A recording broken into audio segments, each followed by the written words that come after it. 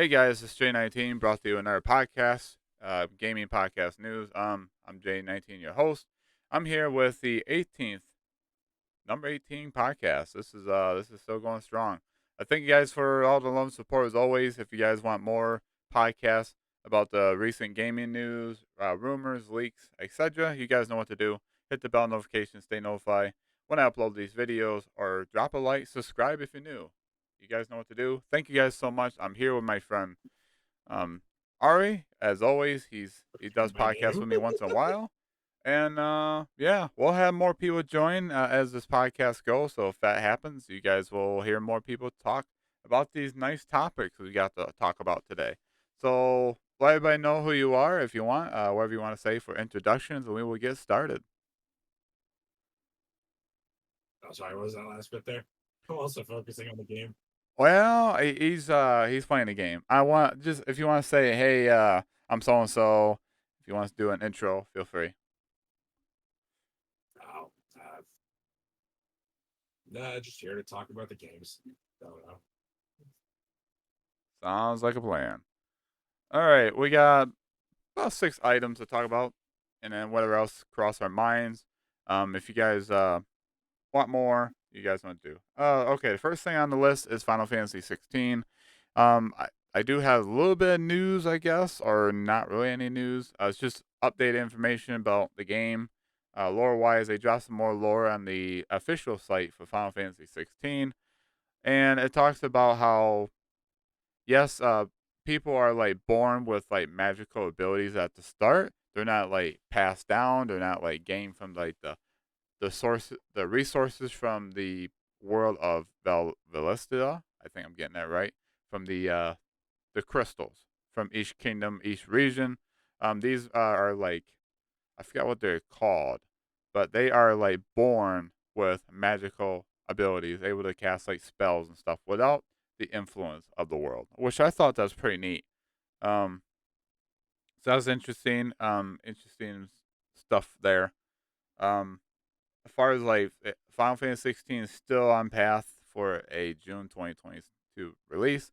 I know you guys are probably hearing rumors about this particular rumor. We will be getting to it shortly.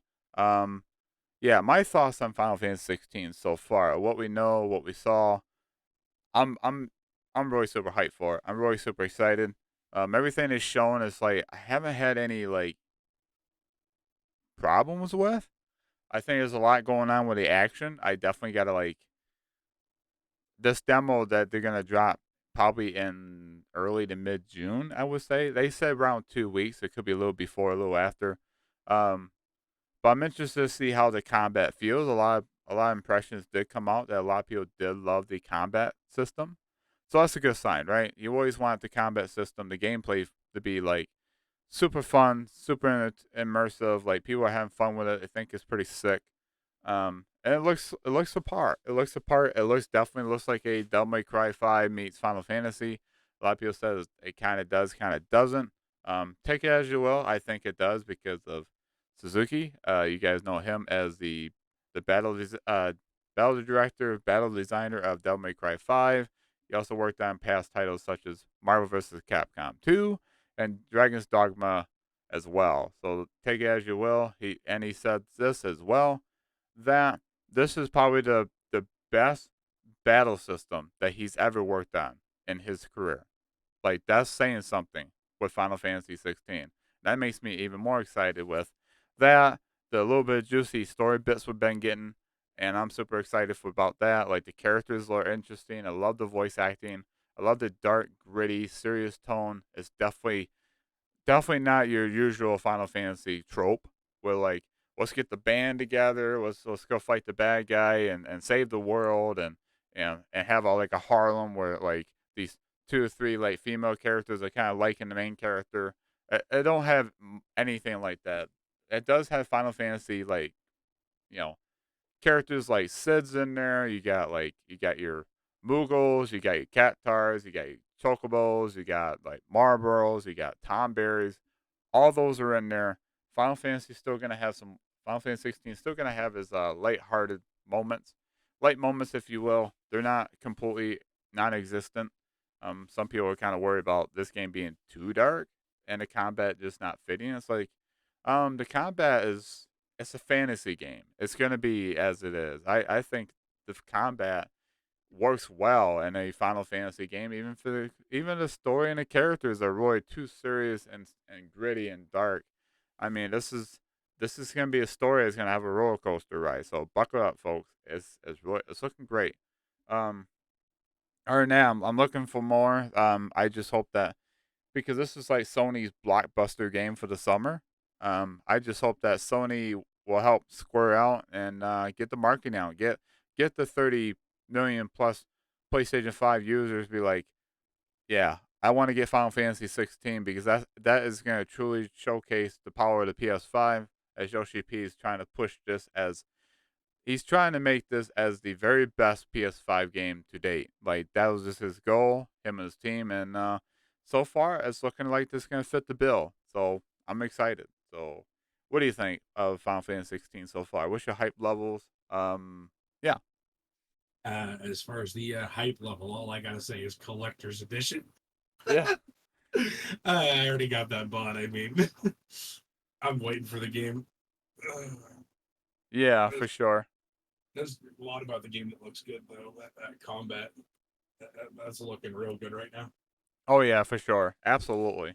Um, I just think that Final Fantasy 16 could possibly be like, it's not gonna sell well like God of War Ragnarok. It's not gonna sell well like like Horizon Forbidden West, anything like that. I think Didn't get it yet. 16 is gonna sell. It's gonna sell like Final Fantasy 15. Yes, Final Fantasy 15 was on Xbox, or yeah, on Xbox with PlayStation, but it didn't sell that many copies on Xbox. So majority of the sales was on PlayStation 4, and that sold 5 million copies at launch. I think Uh, 16 has a potential to match that, to be honest. But honest, 16 to me doesn't have the marketing that 15 got. As I saw some footages of like marketing for 15. 15 was marketed heavily by Sony and a lot of gaming media outlets, by like billboards and stuff like that. So it's like we'll see if 16 matches that marketing as 15 did. What are you saying? oh, they've already started the marketing in some countries. It's already that big, especially over in Japan. They Yeah. already they have all the screens on the they have all those screens out on the streets. They already have the game marketed there. They have that in Diablo 4 both. They're doing the marketing in restaurants now. Oh, that's awesome. Yeah, I did see some like different parts of the country that people did post like there's like people have like outs in their store, like they do have like the display case of like Final Fantasy 16 and like a poster and stuff like that. Like the game's being marketed already. It's just I'm not, like in the United States, we're not seeing the marketing hit that area yet, but it should soon. they might Um, be waiting until closer to launch so that yeah, and Yoshi P just stated that next month we'll have the marketing ramping up we'll have more information and stuff for 16 and more marketing for it. So I'm looking forward to that. But I think was it this week or next week PAX East is happening in the United States, so Final Fantasy 16 will be playable for anybody that shows up. Like you can go to the playable demo kiosk like stations and you go play Final Fantasy 16. It will be there. they're showing up. And I don't know if I don't know if Yoshi P is gonna be there, but I'm sure they're gonna have somebody representing 16 there. So it's gonna be interesting. Um, maybe Koji Fox because he knows English really well. I mean, he speaks for the team for English, so he might be there. Who knows? It's PAX East is actually pretty big, pretty huge deal. So definitely want to see more on that. I do want to see more on like Jill, because her character is interesting. Um, everybody else, like all the other dominants, like we kind of got an idea. Like we seen Hugo a lot, we seen Benedicta quite a bit. Everybody's falling in love with Benedicta. I say think that she's gonna be an interesting character. Um, especially in the past gameplay footage. It's like her characterization is like great. Um, so yeah, it's just 16 is definitely hype levels for you and I for sure.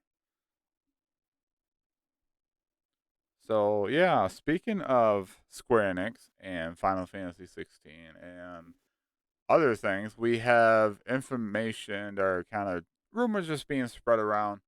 Um, right now it's just rumors. Take it with a grain of salt. There's like a lot of things missing from it.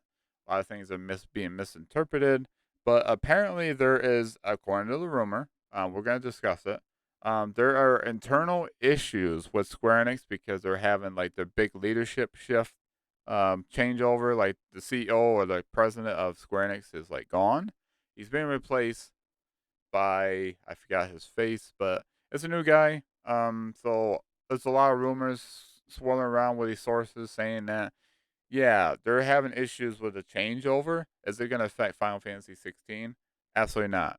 Square wants to make sure 16 is like that big deal of a game that makes Square like lots of money and makes them, it helps with the transition with the leadership. But the rumors state that games like Dragon Quest 12, Kingdom Hearts 4, Final Fantasy 7 Rebirth, Final Fantasy 9 Remake, Final Fantasy Tactics Remaster, those type of games, like those projects are coming up that a lot of people have been talking about for the past year. Um, they're saying that those games can potentially face delays. Now, do I believe this kind of stuff? I don't know. I take it with a grain of salt. Square hasn't physically said, "Hey," came out, officially and said, "Hey, we're having some issues right now, but like we have to delay. Like Final Fantasy VII Rebirth is delayed till yada yada, like and not indefinitely, but like it's not coming out this winter is coming out later or, stuff like that. We haven't heard anything from Square. This is just like stuff that's coming out of Reddit and some other sources, sites are like just talking about this. So to me, I am I kind of worried. I go, yeah, there's always a little bit of a worry with like if there's a big, massive change of leadership at a company like Square or stuff like that. But in most cases that the leader when the leadership changes over, like nothing's completely stops. People are frightened or freaked out, and nothing gets done or get everything gets delayed.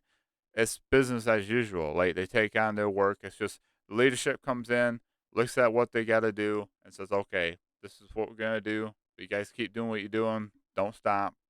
So might not have to worry about Square. I think Square would be fine.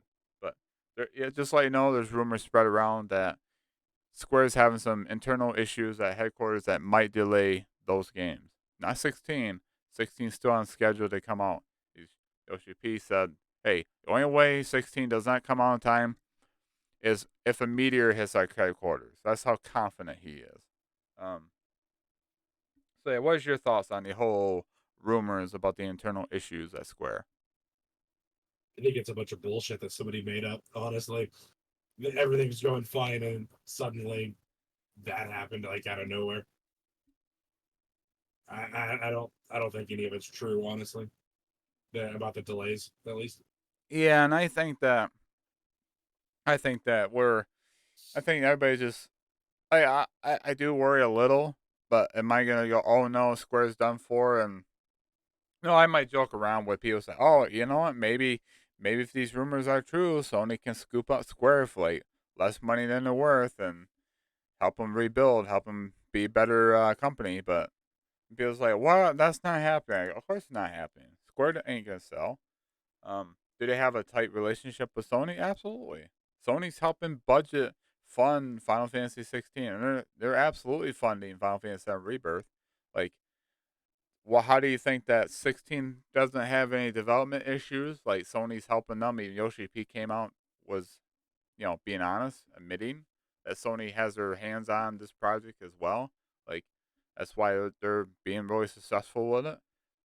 Seven Rebirth, it's like development. They took on a development structure that's making everything smooth. Like they're not having any delays. I mean, yeah, Sony's got their hands on these projects.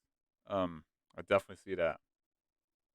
So far as any of like the internal issues in that, I don't think we need to like really worry unless Square comes out and says, "Hey, we're you know our game's still coming. Be excited for our games, but expect delays." You know, if then we start worrying. But till then, just take it with a grain of salt. But let me know any thoughts below of the whole situation with Square rumors, all that. Now, discussion number 3. We're going to talk about Dead Island 2 information discussions. If you guys didn't see the latest gameplay footages or some gameplay footages of the game running at night, um, just little clips. The game looks absolutely beautiful at night, but apparently there's no day or night cycle. It just depends what quest you're on or like the main part of the story.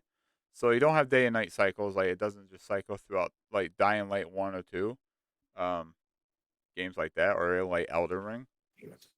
But that's interesting. I saw a few a few clips of that. I thought it looks interesting. Looks great. Um, the latest extended gameplay footage I saw and I reacted to, that looks fantastic. It's just simple fun. It's like Island, but it's like still it looks more smoother, like more updated. But it's a simple game. It's not breaking people's minds. And it's like, whoa, this is like top of the line gaming. This is like the most modern take on a zombie thing. No, it's just Deep Silver is taking what Dead Island did and just making Dead Island 2 out of it. Is it going to be a smoother experience? Is it going to feel less clunky? Oh, absolutely. Like Dead Island 1 was like 2011 game, so it's like definitely looks great. I do like the updates with the weapons and stuff for that. Looks good visually. Hitting combos, escaping zombie grabs, and build a terror of zombies apart. According to what your weapon does, like piece by piece, flesh by flesh. So that's gonna be pretty gruesome, but it's gonna be cool.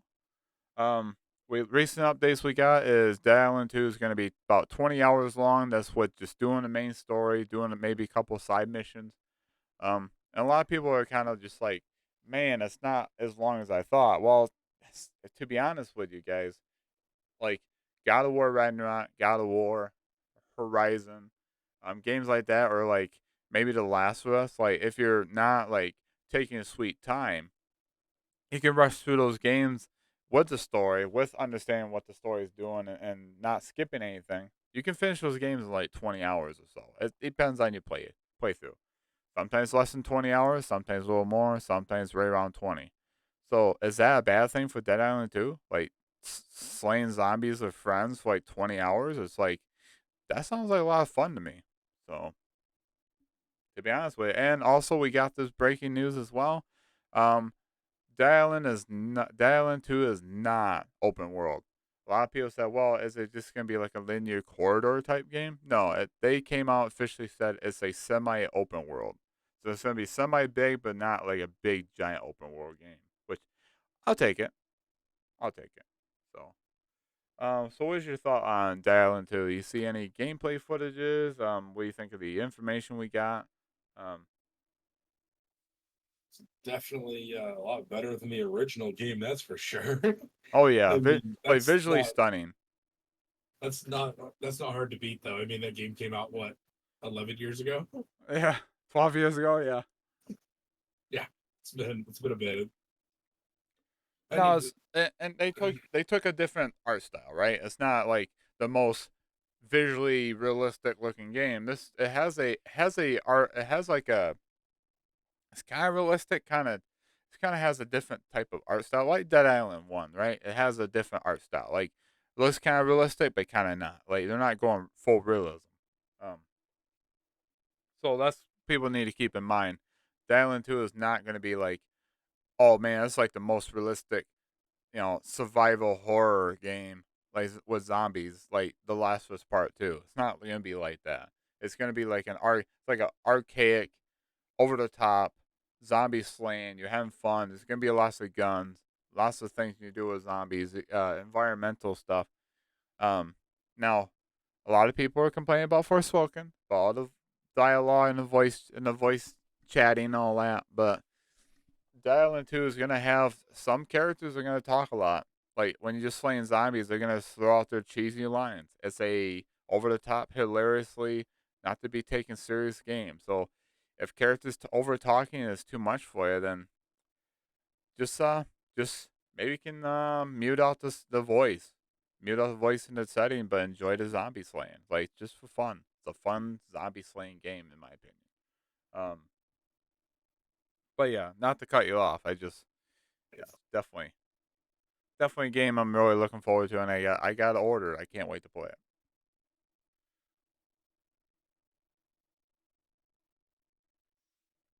Um, Yeah, I might get it eventually. I want to see some like official game as soon as I want to see the official game as soon as it releases. like you want to like maybe check somebody else playing it, like for like an hour Yeah, or two. I need to see some. I need to see some like start, not start to finish, but from start a little bit in, because that first game I couldn't stand it. Well, I mean, yeah, if you go back and try playing like Dead Island One, like I can tell that that game is outdated. Like it feels dated. It didn't Um, age well. it's I mean, but it's not bad. I mean, you can still go back there with friends and slay zombies and have fun. I thought it was pretty fun. Now the driving's really clunky. I mean, some of the combat is pretty stiff, and like your characters act like they're so overweight they can't hardly jump on top of roofs of cars, like the hoods of cars, I should say, not roofs. Um, just like it feels really like heavy, like clunky, janky 2011 game. Well, Dying Light 2 looks a little bit better in that regard, but still, like, it's still gonna have the identity of Dead Island because that's what Dead Island 2 is about, being a Dead Island game. It's not trying to be a Dying Light 2. But I'll tell you this, and a lot of people are probably gonna agree with me that Dying Light 2 was a fantastic game for me. I can tell why people don't like it. I can see why like it didn't get as much love that Techland thought it was gonna get. Like Techland had to do a lot of updates to fix like some of the combat issues, some of the bugs that people were having. A lot of people thought, it's like they market heavily about the decision making. They make it throughout the game, like it doesn't really change a whole lot. Like a lot of people say, like Dying Light 2, like failed to live up to expectations. It still scored like a mid 70, like 74, right? That's not too bad for a zombie slayer. Um, but Dying Light 2's got some competition now. Like Techland is actually taking notice, and they go, "Yeah, we're gonna fix up our game. The combat's way better now. It feels a lot more fun than it did when you first started playing the game." I love Dying Light 2. Um, I thought I didn't get a chance to play the first DLC story, but a lot of people didn't really like it. A lot of people said it didn't do it justice. But now this new DLC story that's coming out, a lot of people saying, hey, it has potential because Techland knows that they got competition. What if Island 2 comes out and does extremely well, and like Techland's like, we got to step up our game now. It's competition helps. So it's like this is great. This is gonna be good for both Dying Light 2 and Dead Island 2. Who would have thought those two would be going at it? There are a few things I can't stand about Dying Light 2. One, you can't fix anything, so if you have a really good blade, it just has to break. The other thing is, they said before launch we are going to have a lot of gun. I don't remember them saying a whole lot of guns, but yeah, a lack of guns are like one of the reasons why people didn't really like it. It's too like melee combat heavy. Like the only thing you get is like you get a boomstick, and that's your gun, but it breaks after like a couple of shots, and you got to replace it or upgrade it. Um, which is kind of weird. Because towards the end of the game, you get this one of the NPCs do have a gun, but you can't use it. Huh. So it's like I get why people don't like Dying Light 2, and Techland has to Techland has to like they're gonna have to compete. I mean, they're gonna compete against Dying Light 2, which is kind of funny that since Dying Light 2 came out a year prior, so it's like step up your game now. You got competition. You got your former boss Deep Silver are bringing out Dead Island 2, the franchise you first started on with Dead Island and Dead Island Riptide. You are in competition with your former boss. Like, who's better at making zombies now? Dying Light did fantastic. It sold what, like 17, 18 million copies since launch? That's quite a bit. It's quite a bit. But it's been a long time, right? Since Dying Light came out. Dying Light came out, what, 2015, 2014? Um, so it's been a few years. So it's like now, yeah, Dying Light 2 sold few copies. I don't Yup. know how many it sold, but sold well. It sold enough. It sold enough for their goals, I think. Can you But hear me? yeah, I hear you. Fucking sick. What? Loaded Discord back up, and it has a feature where you can change the whole background. It's not black or white anymore. Like you can change the whole fucking background now. Oh yeah, people told me about that. I haven't done that yet. Like people say you can change it like different colors and stuff. I'll have to look into it. Um, It's sort of like the background system where it changes like the for like your background. You can change the colors on the side. It changes like the top and bottom. yeah. It's sort of like that same system. Oh, okay. I mean, shoot, if I can go that route, I'd like to make it like my orange and blue, uh, like I did in my profile. I like that. Um, Yeah, I if I can guess. do that. But Um, like I was trying to say before everything just went to shit, um, there was the you can't fix your blade so if it breaks and it's good. Well, sucks to suck, I guess. And the other thing is they said we were going to have a lot of guns, but they were going to be more late game, and we still don't have them. So I'm waiting on that to come into the game. But other than that, it's a good game. yeah, and I understand like what they're trying to go for. Like you're 20 years since the very first Dying Light game, so like 20 years later, I don't know if you're gonna have ammo and guns like, and because they said everybody's going back to almost like medieval times. Like here's your strict rules and don't go out at night and just you got melee. We got weapons you make from the streets, like street sign posts and stuff like that. Well, like I get what they're trying to go for, but it'd be nice to have like, oh, you went into like a military base like that nobody want to go to because it's full of infected. But if you go there, you get rewarded with like a machine gun, and here's your ammo, right? And then somehow there's got to be some way that merchants and smithies can somehow make ammo for it. Make Oh, you it's make got maybe you can make bullets out of cars and stuff like that, and make bullets out of it and use that as like ammo. You know, they can do that. They don't have to make the whole game nothing but guns, but at least give us at least a variety a little bit. well, they. I'm saying like they said there was going to be like a good variety of guns in the late game. They said that before launch, and now it could be in the DLC. It could be in one of those, and it's just not in the game yet. Yeah, But I still want to see it. for sure. Like even if there's only like two or three of them, and it's just only a select few, I still want them there. Yeah,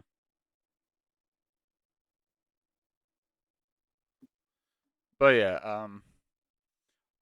definitely, it's gonna be good. It's gonna be good competition. I mean, I like Dying Light 2. I like Dying Light. I like Dead Island. I like Riptide wasn't as good, because the whole issue with Tech Land. It's like, hey, we'll finish Riptide, but we're leaving. So it's like, but now it's Techland versus Deep Silver and the zombie genre. It's like, who's going to who's going to be outdo the other? This is going to be good competition, in my honest opinion. Um. So all right. Moving on. Um. Resident Evil 4 remake demo dropped recently, which was cool. I think everybody knew it was had coming because Twitch had an ad. It showed off Resident Evil 4 and it showed off the Capcom Spotlight, and they said special demo coming soon. And right at the end, it said demo available today. So everybody knew that Capcom's officially say the demo is going to be out, and the demo came out, and it's the village fight. So if you play Resident Evil 4, you know what that's all about. We're not going to go into like details on the whole demo, like, oh no, this is exactly what happens step by step. We're not gonna go through that. Like the demo's available, you can play on Steam, you can play on PlayStation, you can play on Xbox, you can play on, you know, stuff like that. Stuff for Xbox One that's not available because they didn't make an Xbox One version. But okay, let's talk about Resident Evil 4 hype check. I am super hyped for Resident Evil 4.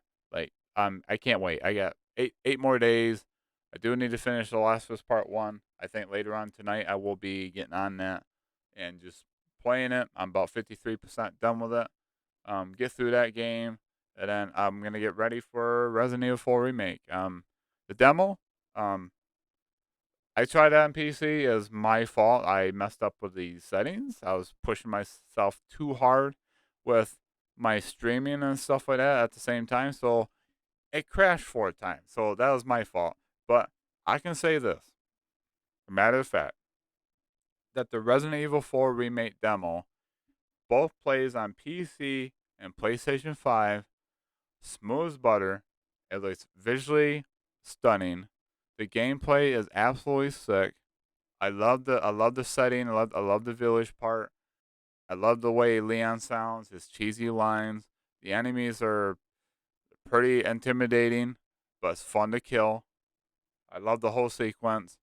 The only bad thing it was, it's like after it was over with, I was like, no, I want to play more of it. I want to play more. It's like it's too short. I want to play. Give me another half hour, please, Capcom. So So what you're saying is it's so good that it almost sucks in a way.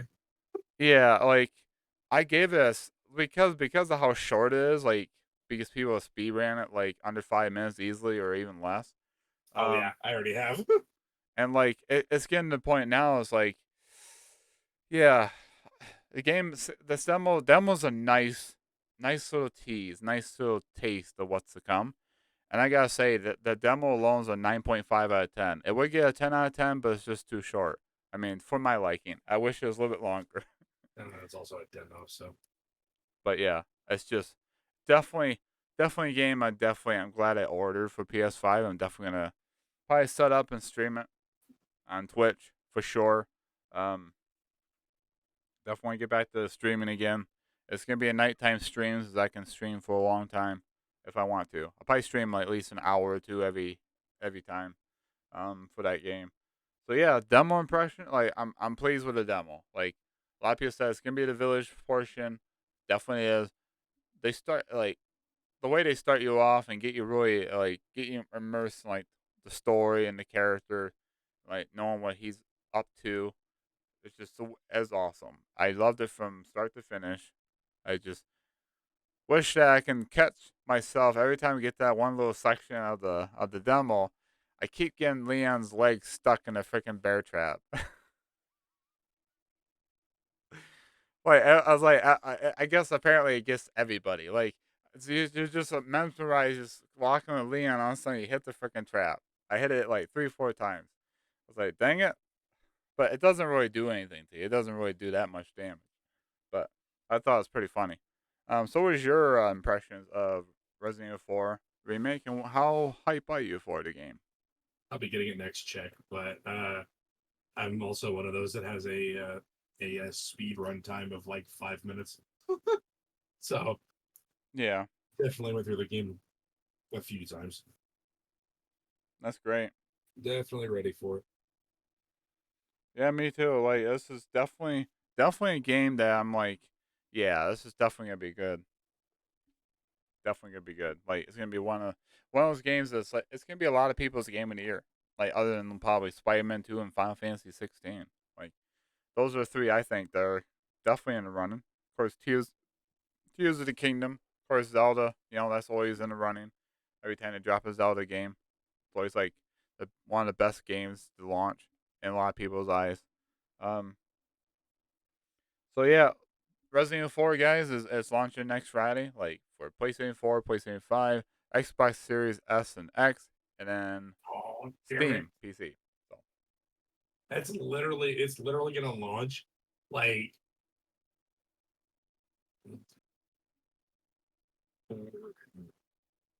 4 days before I get my check. well, there you go. So close enough, Not close enough. It needs to land on that day. right? That's what I want. I want it to land on that day. I'm buying the game. All right. That yeah, definitely, definitely want. I hope and Capcom don't have to worry about it. Like they're saying, hey, if this game sells great, then we might move on to another remake of our choosing. And a lot of people are saying, hey, we want Code Veronica remade next. Do Code Veronica after Resident Evil 9, and fans will be happy. Fans will be extremely happy. Um, but keep in mind, folks, before we move on to the next topic, keep in mind that Resident Evil 5 and Resident Evil 6 are not off the table. Okay? I know a lot of people are probably screaming their heads off, banging their head against the wall, probably not happy with me saying this, but Capcom can do justice for both those games. I know Resident Evil 5 was fun. A lot of people enjoyed the co-op aspects of the game. Like the game wasn't as bad as 6. 6 was one of the worst. Um, that I'm hearing. I played a little bit of 6. I can see why a lot of people didn't really care for it. But yeah, don't be shocked if Resident Evil 5 and 6 definitely get remade one of these days, and one of these years, I should say. And to be honest with you guys, I think that Resident Evil 5 can be they can probably remake it faithfully.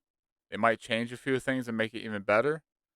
But I think Resident Evil 6, to make fans want to buy that game and support a remake for that game, it's going to have to be built from the ground up. And Capcom's going to have to look at all the feedback for that game over the years and say, okay, what can we do to make Resident Evil 6 the game that fans and new players will love? What can we do to fix it and do it justice? That's the only way Resident Evil 6 will be remade if they go that route. 5, they just got to tweak it a little bit. I think 5 is fine. A lot of people like the game as for co-op. Just make it co-op accessible and just make a little bit of changes, make Resident Evil 5 a little better, and you're all set with that. 6 has to be remade, a reboot, reimagining, where they change a few things and make it fit what the fans been screaming for years. Like what they need to fix to make Resident Evil 6 better. That's all I gotta say about that portion. I don't know what you think about the Resident Evil 5, Resident Evil 6 possibly being remade if it's off and on the table. And of course, Cole Veronica remake, which a lot of fans want.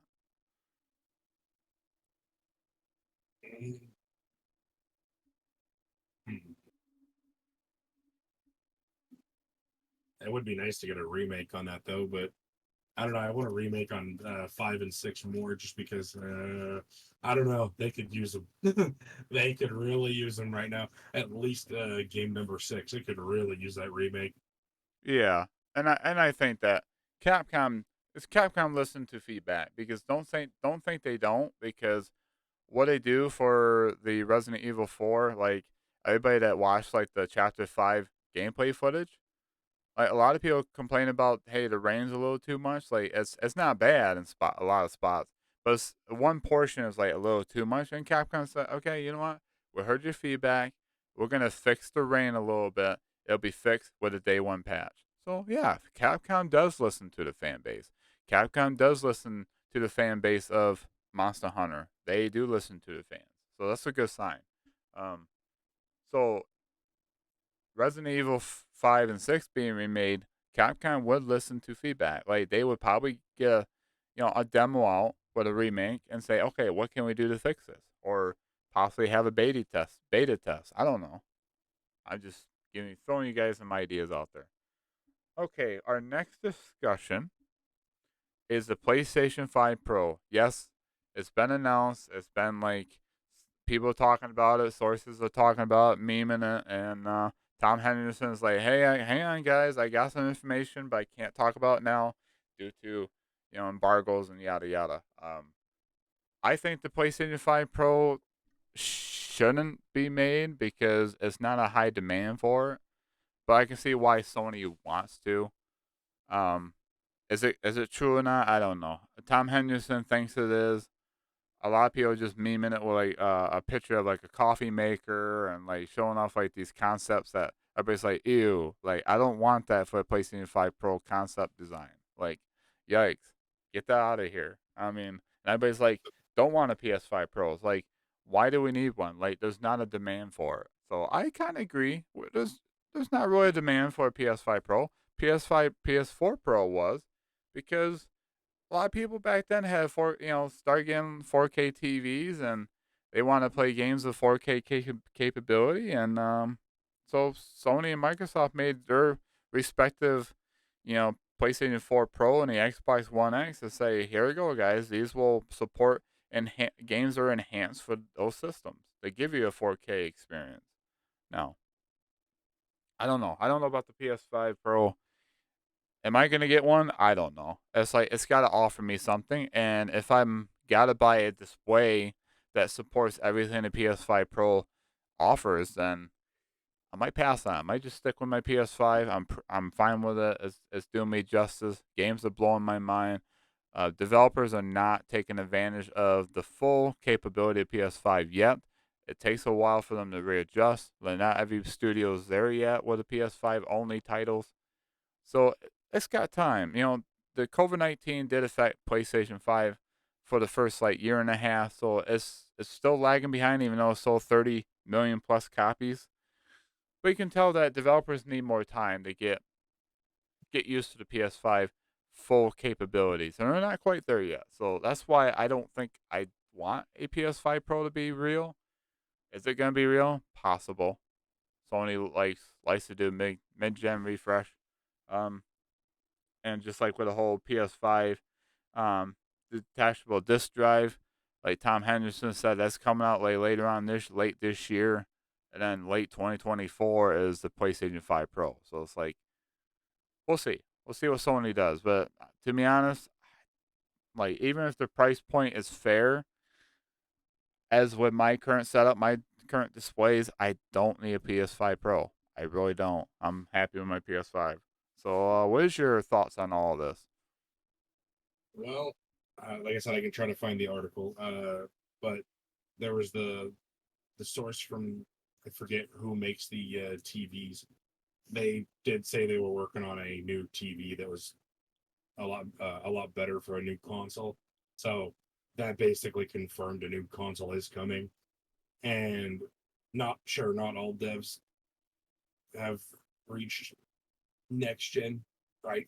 Yeah, Obviously, there's still some left behind, but some of them have already hit the limit of the console. I mean, they're using features like VRR, which is basically AI upscaling to yeah, reach the 120 frames it's supposed to hit. So when you start using AI upscaling, you've basically hit the limit, and right, you're going over it and using what you have to go even further than it technically should be able to do through what the hardware that's in that console.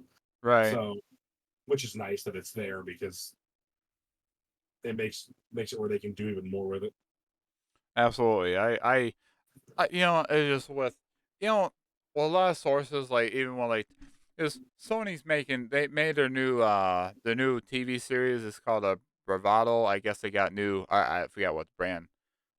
Bravado's got a TV brand. Sony's making TVs, like you said. So it's like if they're doing it, like I guess I'll keep an open mind for the PS5 Pro. I just know that I don't think I'm definitely getting one like, oh no, I need a PS5 Pro day one. It's definitely gonna be like I'll get it like a few years down the road if I want to like upgrade my PS5. Maybe give the PS5 to my brother if he don't have one at the time, because he really wants to play like Final Fantasy 7 Rebirth, but he can't. He can't play that like Final Fantasy 16. He can't play that because he's on PS4 still. So it's like I feel for him, but he's also got he's got responsibilities. He's got a family he's got to take care of. He works all the time, so he don't play a whole lot of games right now. So it's like if it gets to the point where I have enough to get a PS5 Pro and maybe a next generation television set, it, I might give this one to my brother or this TV, and like I'll buy another TV of my own and I get the PS5 Pro and I give him the PS5. But until then, I'm just gonna stick what I have and see what happens. I'm interested. I'm always fascinated by, a mid-gen refresh. Like, what kind of designs can Sony and Xbox come up with for their consoles? Right? It's always fascinating. It's like when people heard murmurs about the PS4 Pro or the Xbox One X, everybody's like, "So what's these consoles gonna look like?" Yeah, Was curious, got the nuts. Okay, So like, it's definitely I'll be right exciting. back. It's definitely exciting stuff. Um, I'll be right back. Give me a second. okay. So yeah, it's just to me the PlayStation 5 is like it's perfect. Like if you're gonna get PS5, like if you're worried about the Pro coming out, like oh no, wish I get just get the PS5 right now. I mean, unless you got like a 4K TV that supports like 120 FPS, like you would have to make sure the TV supports 4K 120 for gaming with ray tracing capabilities and VRR. I wouldn't worry about it. If you just got a simple 4K TV that handles 60 frames per second and ray tracing and it's got VRR on it, or even if it don't have VRR on it, you're fine. Games look absolutely amazing on those TVs. Like, I got a TV from 2017. It still works. It still works and games look absolutely amazing. Like, I'm just blown away by how these games look. Even some of these cross-gen games like God of War Ragnarok, Final Fantasy 7 Remake when the PS5 version came out, Ghost of Tsushima on PS5, um, The Last of Us Part 1 blew my mind. Um, just games that came out for the PS5, like even Miles Morales, with even when it came out with the middle performance mode with ray tracing and up to 60K, like that looks absolutely bonkers. Like it blew my freaking mind. So in my 2017 4K TV that handles 60 FPS and ray tracing just fine, and the games look fantastic. If you're hesitant about getting a PS5, you're so worried about the PS5 Pro, like just get the PS5. If you want to get a PS5, enjoy some gamings. I recommend the PlayStation Plus Extra. I mean, it's so good. Like I didn't even update. I was gonna upgrade my PS5, PS Plus subscription service to premium because it's got some games I want to play, like Legend of Dragoon, Wild Arms 2. I didn't have to do that. As soon as those games went on there, I went to the PlayStation Store. I bought those games for $9.99 each, plus tax, my state tax. And it's like, I didn't have to get premium. I don't have to pay that monthly or yearly subscription service for premium. I just go on the PlayStation Store as soon as they came out, and I bought them for $10 a piece. Like, I own them now. Like, that's great. I love PlayStation Plus, and I recommend it if you're new to PlayStation. If you can't get the PlayStation Plus Extra. If you want to pay a yearly on that or monthly, whatever your budget is, yearly is probably the best way to go because it's cheaper. Absolutely. But yeah, it's just definitely, definitely highly recommend. If you want to get a PS5, you're so hesitant about the PS5 Pro, don't worry about it. Still like over a year off, a year and a half off at least. If it does come out, maybe it gets delayed until 2025. Who knows at this point? Just if you want to get PS5, recommend it. You say, well, uh, what I'm on PS4. I can just play. Trust me, PS4 is fine. I love the themes on it. I love PS4 games on that. But as soon as I upgraded to a PS5, my PS4 Pro is like it just sat on the shelf, collected dust. Like it got to the point. It's like I got the better hardware. My PS4 games load up quicker. Some's got a 60 FPS patch included. Like PS5 is so good. I love the SSD in it. I love the way how powerful the PS5 is. It's a lot more quieter than the PS4 Pro. Like my PS4 Pro sounded like a that's jet not engine hard. taking off. Like That's not hard. that's like it was horrible. I was like, man, I almost need to turn my microphone down. People can hear it. But yeah, that's how I feel about PlayStation 5 Pro. If you guys want PS5, I recommend it. Get that game. Um, Get the system. Get a PlayStation Plus Extra. If you want to play for premium, that's fine. You get game trials and you can try out different games, but Extra is the way to go. If you don't want to pay all that, you just want to get the essential so you can play online with friends, that's fine too. Whatever you fish your budget, you know? or here's another idea: wait for one of their big sales and get premium as well.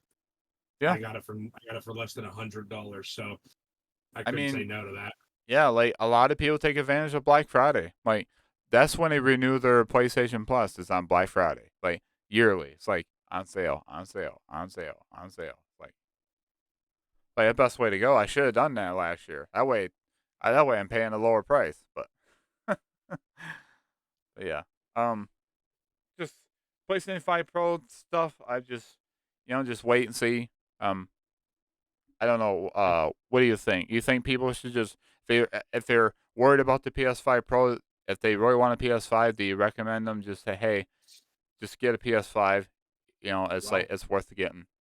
You know. well, it depends. How many games are you going to have downloaded? Because for me, the console storage isn't enough. I, I, Uh, I could I could throw a 4 terabyte SSD, the M.2, throw an external SSD, and then get the new console if it comes out, and I'd be like, yeah, that's finally enough. Like, well, yeah. If you're a we call those gamer hoarders. Okay, game hoarders. They gotta hoard all their games. They gotta have it all of them, all their favorites installed. Like I do. I gotta have a few games installed, but that's why I got a 1 terabyte SSD. And I'm kind of just I was debating one day because Amazon had a sale. They had a 2 terabyte SSD, guys, for sale for $134. A 2 terabyte. The original price is almost 300 for that. It was on sale for $134 with a heatsink. If you want without the heatsink, which is not recommended, it's like 120 some dollars. It's like 125 or so. you you can use it without the heatsink, especially since I believe the console has a heatsink already installed. Yeah. But it'll run a little bit hotter and it'll run a little slower. Um, Also, the other thing with the next gen refresh console, you don't you don't need another display. If anything, it's going to be stronger. Means it's going to be able to run. It's not going to need VRR to run resolution like 2560 by 1440 at 120 frames. It's going to be able to do that natively. So it's going to have no issues running current displays easy. So you wouldn't even have to upgrade that. You could just get a console and go. That's another thing. I just wanted to Yeah. add that from earlier, but yeah, that's I do think I'm gonna get it though when it comes out. Oh, for sure. Like for sure. Um, like I said, it's like a year and a half outlay. By the time I save up money every month, like I'll have enough for a PS5 Pro easily. Um, so I don't think I'm buying any more collector's editions.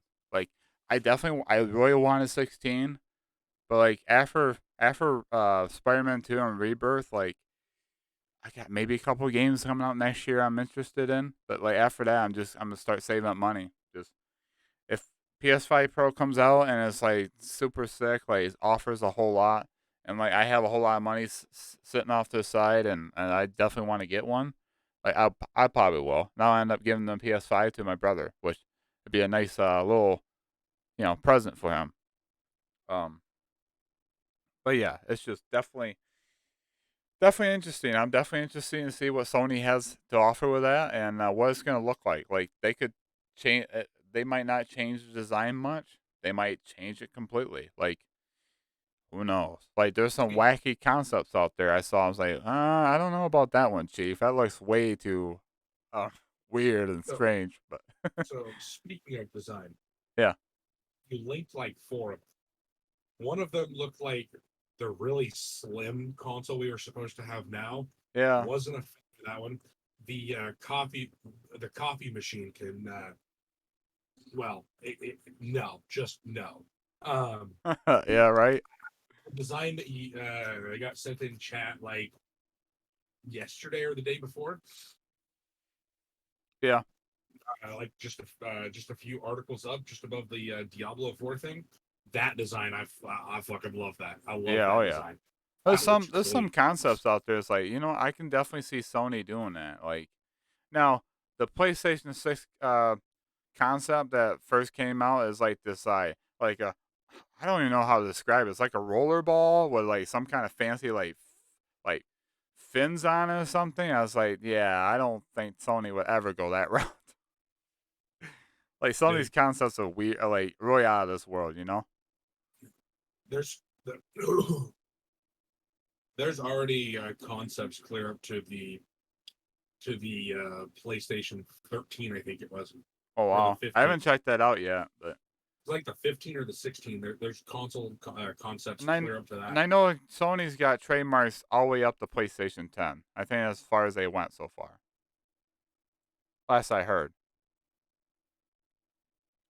So we'll see what happens, but until then, like Sony's gonna keep making these consoles because hey, they're selling like 30. Like you're talking about over 30 million units sold. And it's not hasn't even reached the 2.5 year mark yet. That's over 10 million units a year so far, and that's during like COVID-19 and the chip shortages, all that. Like Sony's doing fantastic with the PlayStation 5 sales so far. Like yeah, I know I keep on saying there's only 30 million units out there, but let's not kid myself, like kid ourselves as well, that that's real good for what they had to go through, you know?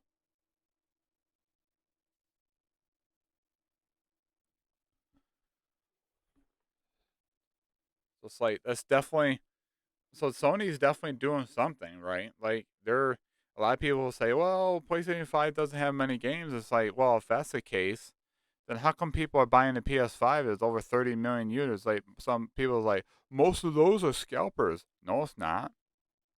Scalpers have like a small percentage of the PlayStation 5 numbers. They got a small percentage now, folks. Like they're having a hard time selling these consoles now. They're lowering the price points on eBay and stuff now because they can't get rid of them as easy now. They can't make money off them. They moved on from the PlayStation 5 scalping business. They did. They really have. So people want to use scalping as a point of like, oh, I can't get it. Well, depends what country you are. I understand. Some countries don't have the luxury of getting a PS5. Like either they're just having a hard time getting production in, or it's just not available yet. There's a small number of countries, but all around the world, PlayStation 5 is selling like crazy. Like in just the UK alone, they have a 450% plus increase of PlayStation 5 sales in that region, in the UK region.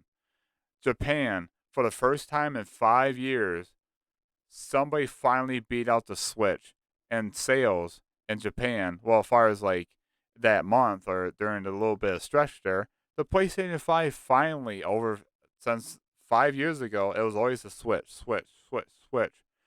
PlayStation 5 finally got enough sales to actually beat Switch for like a month or two. Like that's how that's how much the PlayStation 5 is selling nowadays. Like it's finally taken over sales of the Switch for like a month or two. Like it's hard. It's hard to do that in Japan. Like Japan loves handhelds and on the go. They're always on the go. That's the type of society they live in. They don't have home consoles. Like they don't play home consoles much. They're always on the go. They love the Switch. Switch is perfect for them.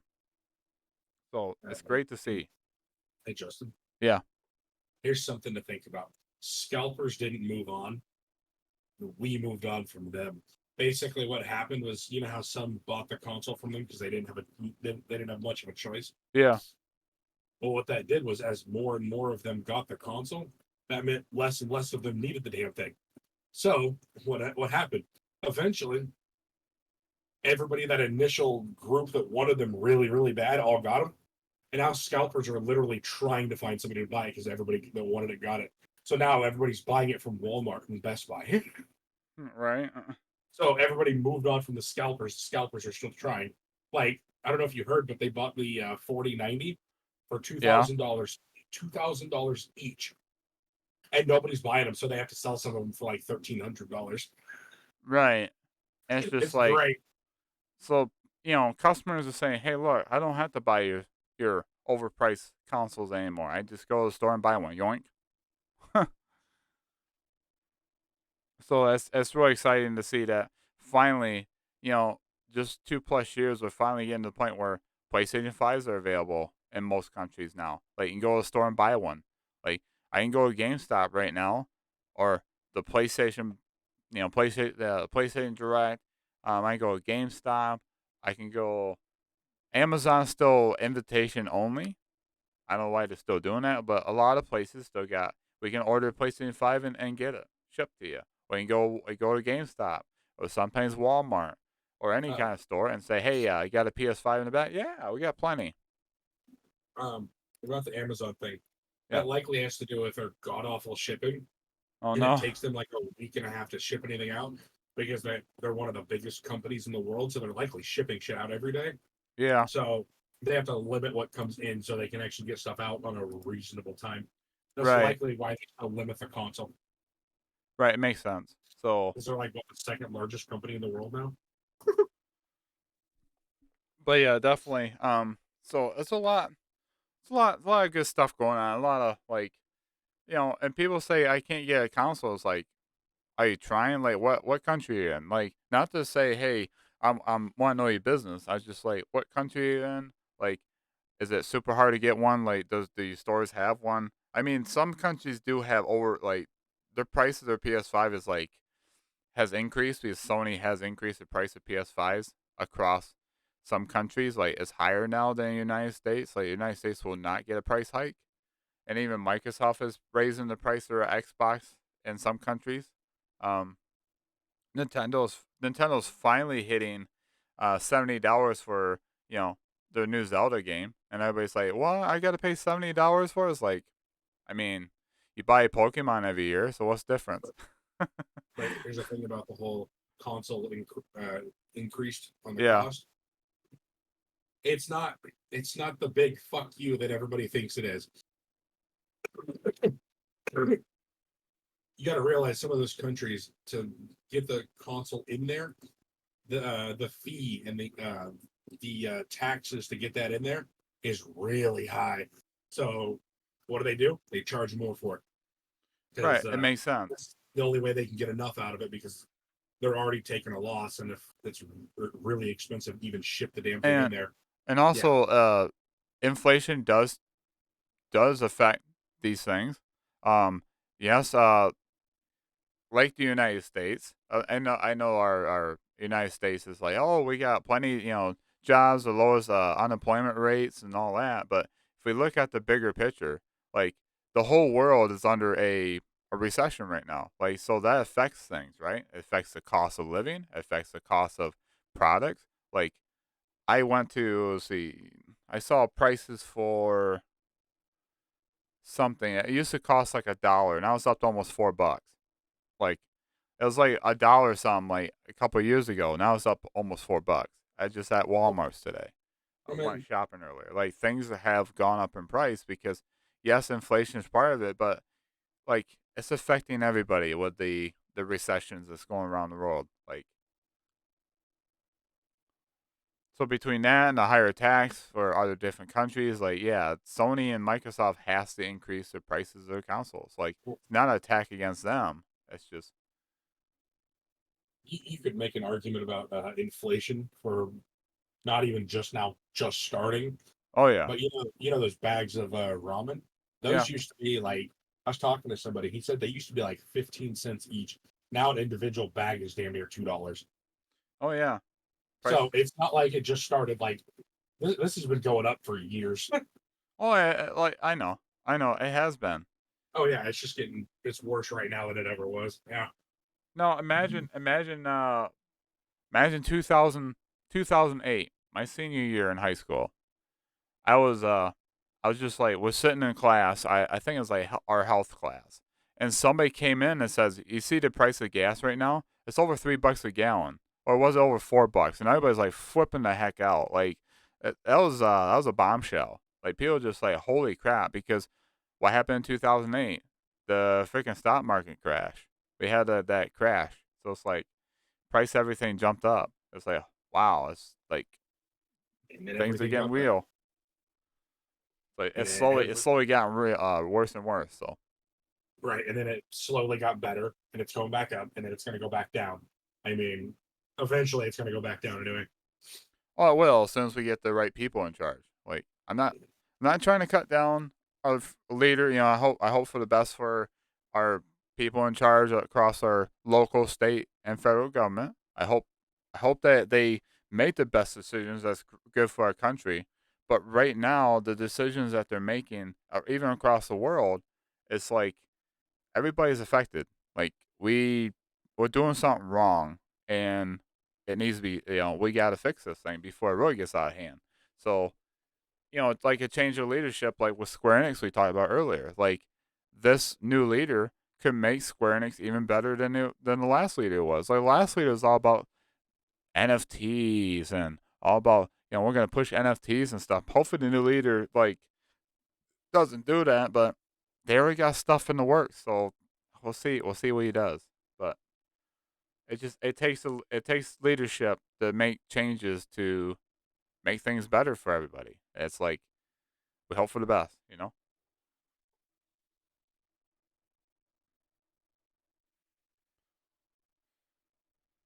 But yeah, I think that will just about do it for the podcast. I think that we cover everything we want to cover for the day. Quite a bit of stuff we talked about in the last hour and 6 minutes, just about. Thank you guys for stopping in. If you're watching this on YouTube, as it's uploaded to YouTube, thank you guys so much for checking this out. If you guys would drop a like, subscribe if you're new. Thank you guys for checking me out. Check out my other content on my YouTube. Hope you guys will subscribe if you're new. Hit the like button. Share with a friend. And I am J19, brought to you with a J19's Game podcast.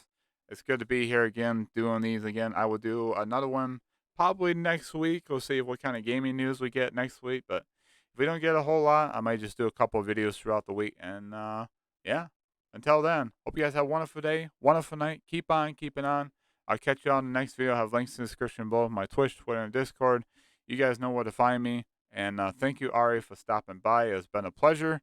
Been fun. Hopefully, do this again soon, and hopefully have more juicy topics to talk about other than what we talk about today. So, anyways, that'll be it, folks. Have a wonderful day. Stay safe. Be nice to each other. Enjoy some awesome gaming. PlayStation 5 is doing great, and I'll talk to you guys in the next one. Take care.